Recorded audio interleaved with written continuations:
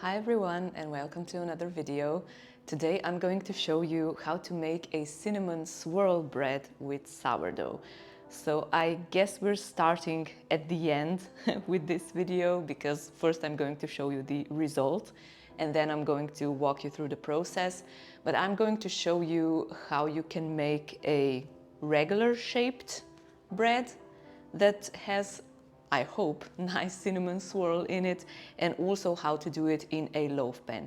The process is actually completely the same up until the shaping, and I have to say that I do prefer to make it in a loaf pan just because there's always, I think, only one my experiment ended with no mess at all, but there's usually a little bit of leakage from the bread.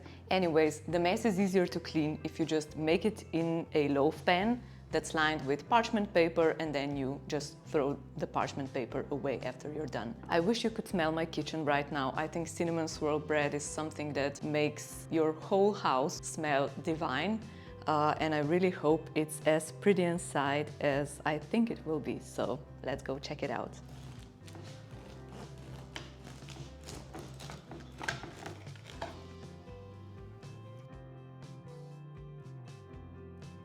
As you can see, the swirl is not perfect at all. I was actually not going for the perfect swirl, but I did, through experimentation, find that if I want really pretty looking bread, it ends up being just a bit dry. I don't know what it is, but I think or maybe it's just my taste, but for cinnamon sugar loaf, I really like it to be very decadent, to have a more closed type of crumb, and maybe it's not aesthetically the most pleasing, but it is the most delicious. So without further ado, let's get into the process. We're starting out this dough with approximately 220 grams of water. I like to use water that's a little bit warm because that will make the fermentation just a little bit quicker. And to that water, I like to add 7 grams of salt, 20 grams of sugar and 10 grams of neutral tasting oil because we don't really want to taste any kind of oil. We're just using some fat to extend the shelf life of the bread a little bit and make it retain the softness for a day or two longer. Then I'm adding in the sourdough starter. I'm using 110 grams for this recipe. That's a little more than you would normally use for bread, just because I feel like this bread benefits from not being very tangy because it is a sweeter kind of bread. So I like the fermentation process to go rather fast, so that's the reason for using a little more starter than you usually would. As far as flour goes, I find that for this recipe the best option is to use half bread flour and half all-purpose flour, and that will give the bread both the structure that the bread flour provides but also the softness that the all-purpose flour provides. So I'm using 175 grams of flour each, so that's a total of 350 grams of flour. After we mix that up really well, it's time to let the dough rest for about 30 minutes just to give the flour the chance to absorb all the water, and then we can go ahead and start doing stretch and folds. I usually do 2 or 3 rounds for this bread. I really recommend doing at least 2. If you have time, the third set is always a great option, but 2 are necessary in my opinion because this dough is quite hydrated. It does contain quite a bit of water, so it really benefits it to stretch it a little bit, to develop the gluten. And you can see in this video I did 3 sets, and with each set you can see the dough becoming more smooth, more elastic and more workable basically. I often get a question how many times you need to stretch the dough in order to complete one set. The rule of thumb is 4 times, but I find that my doughs usually start to resist after 6, 7, maybe even 8 times. So I recommend going by the dough. If the dough starts to resist after 4 stretches, you can leave it at that. But in order to develop the gluten, you really need to go as far as the dough wants you to. So if it starts to resist after 10 stretches, then 10 is your number for that kind of dough. This dough needs to bug ferment for about 6 hours, again because there's quite a bit of starter in there and there's also sugar. And another question that I often get is, when does bug fermentation start?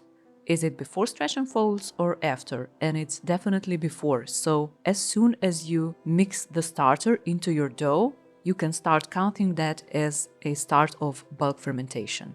Also, this recipe calls for a bit of a chill time after bulk fermentation. That's because I find that if I need to shape the dough in a particular way, like in this case, shaping is so much easier with dough that is a bit chilled. So I like to pop the dough into the fridge for at least 2 hours. You can do it overnight as well. And then shape it after it's nice and cold and all around easier to work with. For the shaping part, just stretch the dough into a rectangle. You can flour your working surface a little bit or spray it with a bit of water. Sometimes I find that I have to do that. Sometimes I see that I don't need to. That will depend on what's the state of your dough that day. And since we don't have any butter in the filling, I like to brush the dough with a little bit of milk or heavy cream just to get that moisture in there and make the filling a little more decadent, and also it will stick to the dough better, so you'll have easier time to roll it into the dough. The filling for this bread is really simple. It's just 12 grams of ground cinnamon and 65 grams of brown sugar. You can go a little lighter on the cinnamon. I really like it. So if you are not such a fan, maybe do 8 or 10 grams. But the important thing about sprinkling the filling onto the dough is to leave a little bit of an edge, because we really don't want the bread to leak during baking, at least not a lot, because the sugar will burn. After you sprinkle over the whole surface, leaving a little bit of an edge, you flip about the third of the upper part of the dough over, add the filling on there as well, and then flip the downward part over it again and sprinkle some filling on top of it as well. And just a side note, I have this recipe over on my blog for more than a year now, and I got quite a lot of comments that the dough did come out quite wet and people had problems shaping it. So by all means, if you see that the dough is very wet, add some more flour when you initially mix it up, because flours are so different. Even if I use all-purpose flour and you use all-purpose flour, they will probably have a different water absorbing capability. So yes, it's a hydrated dough, so don't panic if it is quite sticky when you first start to do stretch and folds, but if it's really completely unmanageable, do add some more flour, because it's better to go a little heavier on the flour and then being able to shape it well than to be left with a dough that you have no chance to shape at all. So to finish up the shaping process, you saw me roll the dough up and then kind of start pulling it towards myself to create a bowl shape. With this particular inclusion, I think it's best to not overdo it on the handling in general, because the more you stretch it, the more surface tension you're creating, the bigger the chance that you will tear something and the filling will start to leak out when the bread bakes. So even though I like to handle bread too and it's really enjoyable, try to go only as long as it's necessary and then leave it alone. After you're done with shaping, put the dough into a tea towel lined Benetton basket. I usually flour it a little bit too, just because the dough tends to stick a little bit to it otherwise. And then you have two options. You either proof this bread for another 2-ish hours on the kitchen counter before you bake it, or you can pop it into the fridge for a cold proof. Just a warning though, if you've already left the dough in the fridge after bulk fermentation, it will likely be a little more tangy if you do another overnight fermentation. And like I mentioned, you can bake it either in a Dutch oven or in your loaf pan. Here I'm showing you how to bake it in a Dutch oven. I usually just score a very simple cross, and you don't want to go too deep. I actually went a little bit too deep, I think, for this bread. So just keep the scoring shallow, because again, otherwise the filling will leak. If you're baking it in a Dutch oven, I like to bake it for around 30 minutes at 460 degrees Fahrenheit. Then I take the lid off and bake it for an additional 10 minutes with the lid off at 440 degrees Fahrenheit. As I mentioned in the beginning, I actually prefer to bake this bread in a loaf pan to avoid the mess. If you have 2 loaf pans, I highly recommend you try the 2-pan method. I have a separate video about that I'll link down below.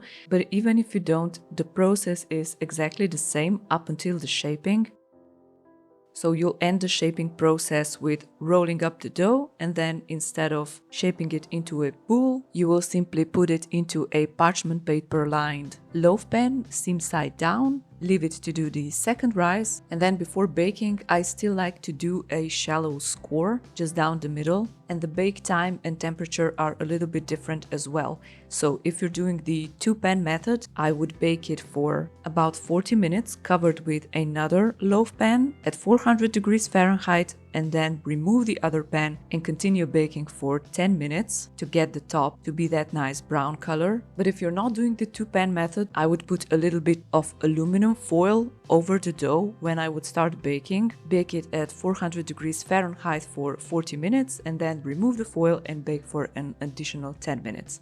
Alright, that's it for this video. If you have any tips, please leave them down below in the comments and we can all help each other out that way. Like the video and subscribe if you want to see more videos about sourdough baking, food from scratch and natural living. I hope to see you soon. Bye!